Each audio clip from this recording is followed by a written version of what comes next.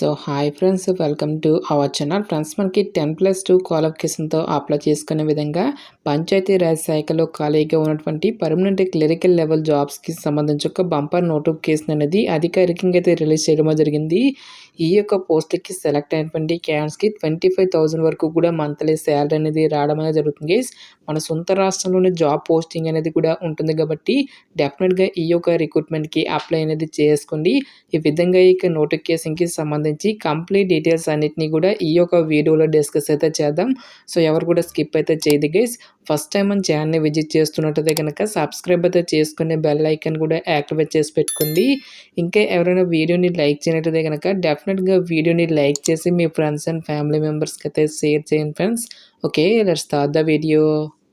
So job details కనుక చూసుకున్నట్లయితే కనుక ఈ యొక్క నోటిఫికేషన్ ద్వారా మనకి టోటల్గా 2 డిఫరెంట్ టైప్స్ ఆఫ్ వేకెన్సీస్ని అయితే రిక్రూట్మెంట్ అయితే చేయడం జరుగుతుంది గైస్.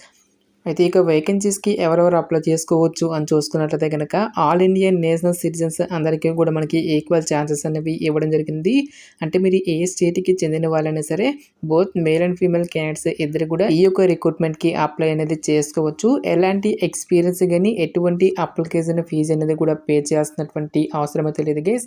ఆల్ క్యాండిడేట్స్ అందరూ కూడా ఫ్రీగా అయితే ఈ యొక్క రిక్రూట్మెంట్కి అప్లై అనేది చేసుకోవచ్చు. సో పోస్టుల వరకు ఎసెన్షియల్ ఎడ్యుకేషనల్ క్వాలిఫికేషన్తో పాటు పే స్కేల్ అనేది ఏ విధంగా ఉంటుంది, నెక్స్ట్ మనకి ఏజ్ లిమిట్కి సంబంధించిన డీటెయిల్స్ కనుక చూసుకున్నట్టయితే కనుక first of all data entry assistant పోస్ట్కి సెలెక్ట్ అయినటువంటి క్యాండిడేట్స్కి మంత్లీ వచ్చేసరికి 15,000 రూపీస్ వరకు కూడా శాలరీ అనేది పే చేయడం జరుగుతుంది. సో ఇక పోస్ట్కి అప్లై చేసుకోవడానికి మీకు ఉండాల్సినటువంటి ఏజ్ లిమిట్ విషయానికి వచ్చినట్లయితే కనుక సో మీకు మినిమం ఏజ్ అనేది 18 ఇయర్స్ అయితే కంప్లీట్ అయి ఉండాలి. ఆల్ క్యాండిడేట్స్ అందరూ కూడా 25 ఇయర్స్ లోపు ఉన్నటువంటి క్యాండిడేట్స్ మాత్రమే ఈ యొక్క జాబ్స్కి అప్లై చేసుకోవాల్సి అయితే ఉంటుంది. నెక్స్ట్ ఎసెన్షియల్ ఎడ్యుకేషనల్ క్వాలిఫికేషన్ విద్యా అర్హత విషయానికి వచ్చేట్లయితే కనుక సో మీరు ఈ విభాగంలో ఇంటర్మీడియట్ పాస్ అయినా సరే ఈ యొక్క జాబ్స్కి మీరు అప్లై అనేది చేసుకోవచ్చు గైస్. ఎలాంటి ఎక్స్పీరియన్స్ కానీ ఎలాంటి ఎక్స్ట్రా సర్టిఫికేట్స్ అంటూ కూడా మనకి ఏమి కూడా ఉండాల్సినటువంటి అవసరం అయితే లేదు. సో డేటా ఎంట్రీకి సంబంధించిన ఎక్స్పీరియన్స్ అనేది ఉంటే కనుక కొంచెం మీకు ముందుగా ప్రిఫరెన్స్ అనేది ఇవ్వడం జరుగుతుంది. సో డేటా ఎంట్రీ ఆపరేటర్కి సంబంధించి స్కిల్స్ లేకపోయినా సరే ఈ యొక్క జాబ్స్కి మీరు అప్లై అనేది చేసుకోవచ్చు గైస్. నెక్స్ట్ మనకి ఇదే నోటిఫికేషన్ ద్వారా జూనియర్ ప్రాజెక్ట్ సైంటిస్ట్ అనేటువంటి ఈ యొక్క ఉద్యోగాన్ని కూడా మనకి రిక్రూట్మెంట్ అనేది చేయడం జరుగుతుంది. సో ఈ యొక్క పోస్ట్కి సెలెక్ట్ అయినటువంటి క్యాండిడేట్స్కి 25,000 వరకు కూడా మంత్లీ శాలరీ అనేది రావడం జరుగుతుంది.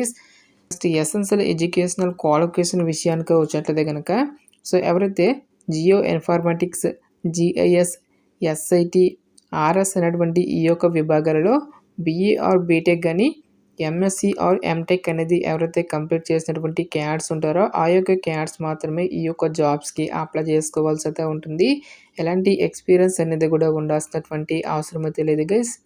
సో ఇక పోస్టులకి అప్లై చేసుకోవడానికి మీకు ఉండాల్సినటువంటి ఏజ్ లిమిట్ విషయానికి వచ్చేట్లయితే కనుక సో మీకు మినిమం ఏజ్ అనేది 18 ఇయర్స్ అయితే కంప్లీట్ అయి ఉండాలి.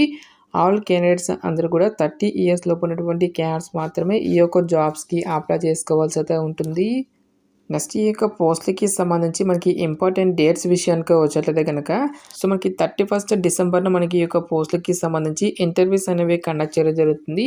సో ఇక ఇంటర్వ్యూకి వెళ్ళేటప్పుడు ఏ సర్టిఫికేట్స్ అనేవి పట్టుకుని వెళ్ళాలి అని చూసుకున్నట్లయితే కనుక the candidates are supposed to bring their passport size photograph along with a copy of their resume, 1 copy of the educational and experience certificates for submission అని చెప్పి మెన్షన్ చేయడం అనేది జరిగింది. సో మీకు లేటెస్ట్ పాస్పోర్ట్ సైజ్ ఫోటోగ్రాఫ్స్తో పాటు మీ యొక్క resume, next మీ యొక్క educational క్వాలిఫికేషన్కి సంబంధించి ఒరిజినల్ సర్టిఫికేట్స్తో పాటు 1 సెట్ ఆఫ్ జిరాక్స్ కాపీస్ని కూడా మీరు పట్టుకొని వెళ్ళాల్సి అయితే ఉంటుంది. సో ఇక ఇంటర్వ్యూ అనేది ఎక్కడ కండక్ట్ చేస్తారు అని చూసుకున్నట్టయితే కనుక so morning 10 AM Vikas auditorium, NIR DPR, Rajendra Nagar, Hyderabad అనేటువంటి ఈ యొక్క పర్టికులర్ లొకేషన్లో మనకి ఈ యొక్క పోస్ట్కి సంబంధించి ఇంటర్వ్యూస్ అనేవి కండక్ట్ చేయడం జరుగుతుంది. ఇంట్రెస్ట్ ఉన్నటువంటి క్యాండిడేట్స్ అందరూ కూడా ఇక్కడ ఇచ్చేటువంటి ఈ యొక్క టైమ్స్కి అట్లీస్ట్ 1 అవర్ బిఫోర్ అయితే ఒక పర్టికులర్ లొకేషన్కి అయితే మనం వెళ్ళాల్సి అయితే ఉంటుంది గైస్. నెక్స్ట్ ఈ యొక్క పోస్ట్లకి సెలెక్ట్ అయినటువంటి క్యాండిడేట్స్కి జాబ్ పోస్టింగ్ అనేది కూడా మన యొక్క హైదరాబాద్లోనే ఉంటుంది కాబట్టి డెఫినెట్గా ఈ యొక్క రిక్రూట్మెంట్కి అప్లై అనేది చేసుకోండి.